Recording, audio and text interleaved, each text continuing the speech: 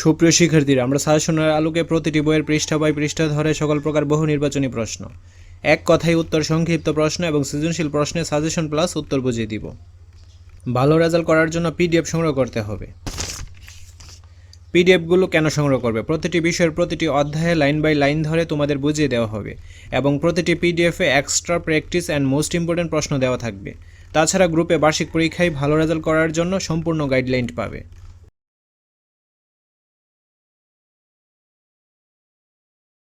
আমরা প্রথমে বহু নির্বাচনী প্রশ্নগুলো দেখে নিব।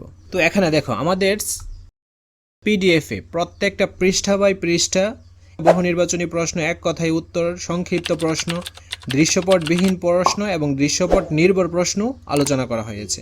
আমরা এখন দেখলেই বুঝতে পারবো পৃষ্ঠা 2 থেকে কি বহু নির্বাচনী প্রশ্নগুলো করা হয়েছে আমরা এখন দেখব। আশা করছি তোমরা বইটা ভালোভাবে পড়েছো। বই যদি ভালোভাবে না পড়েও থাকো, এই ক্লাসটা যদি তোমরা ভালোভাবে করো এবং পিডিএফ সংগ্রহ করো, তাহলে আশা করছি তোমরা ভালো একটা মার্কস পাবে। স্মরণের একক কী? তো স্মরণের একক কি? মিটার, বেগ, দ্রুতি নাকি ত্বরণ? মিটার। একটি বস্তু বৃত্তাকার পথে সম্পূর্ণ একবার ঘুরে আসলে তার স্মরণ কত? 0।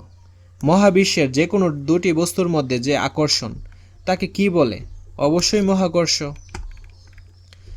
উত্তর দিকে 10 কিলোমিটার গিয়ে আবার দক্ষিণ দিকে 5 কিলোমিটার ফিরে আসলে সব মিলিয়ে কত কিলোমিটার দূরত্ব অতিক্রম করে? তো উত্তর দিকে আমরা 10 কিলোমিটার গিয়েছি, 10, আবার দক্ষিণ দিকে 5 কিলোমিটার ফিরে আসলাম, তো 5 কিলোমিটার তো গেলাম আমরা, 5, 10 এবং 5 মিলে মোট দূরত্ব কত অতিক্রম করেছি? 15। তো রাইট আনসার খ। আর যদি বলতো স্মরণ কত, তাহলে হতো 5।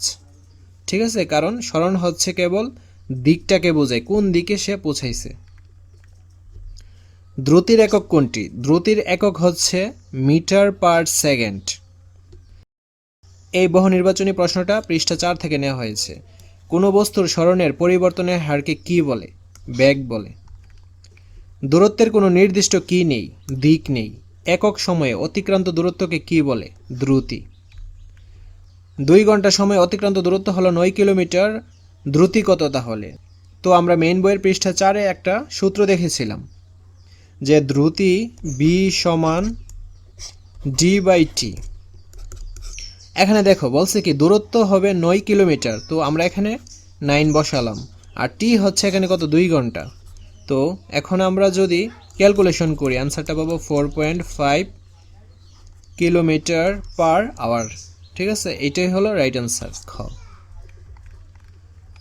30 মিনিট সময়ে অতিক্রান্ত দূরত্ব 12 কিলোমিটার পার আওয়ার হলে দ্রুতি নির্ণয় করো।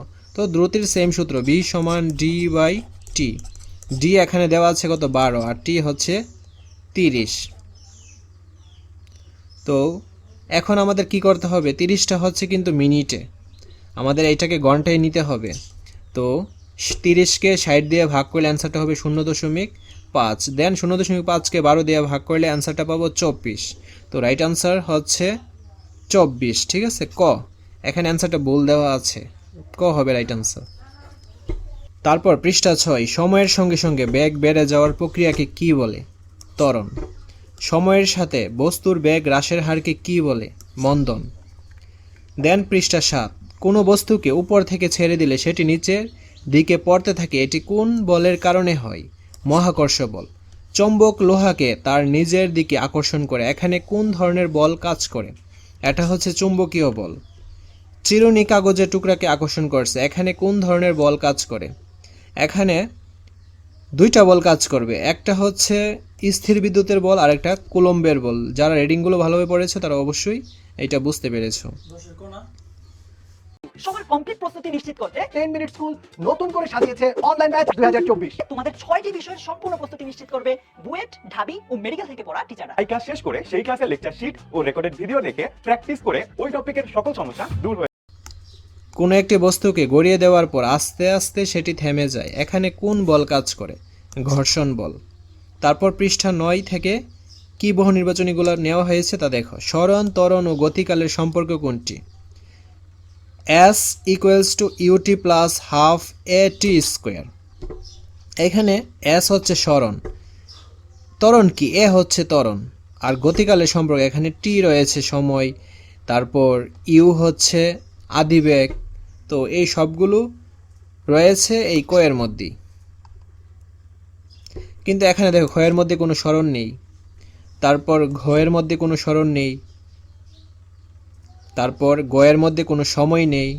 তো প্রশ্নে যা আছে সম্পূর্ণ কিছুই রয়েছে কয়ের মধ্যে। বেগের মান যদি ভি এবং ত্বরণের মান যদি আর হয়, তাহলে কেন্দ্রমুখী ত্বরণ এ হচ্ছে কি, a equals to v square by r. গতি সংক্রান্ত কোন সমীকরণটি সঠিক নয়? তো এখানে দেখো আমরা এই সমীকরণটাও পেয়েছি, তারপর এইটাও পেয়েছি, এইটাও পেয়েছি, কিন্তু এটা কিন্তু সঠিক না। ভি স্কোয়ার সমান ইউ প্লাস টিএস। তো আরও বহু নির্বাচনী প্রশ্ন এবং প্র্যাকটিস পাওয়ার জন্য অবশ্যই পিডিএফ সংগ্রহ করতে হবে।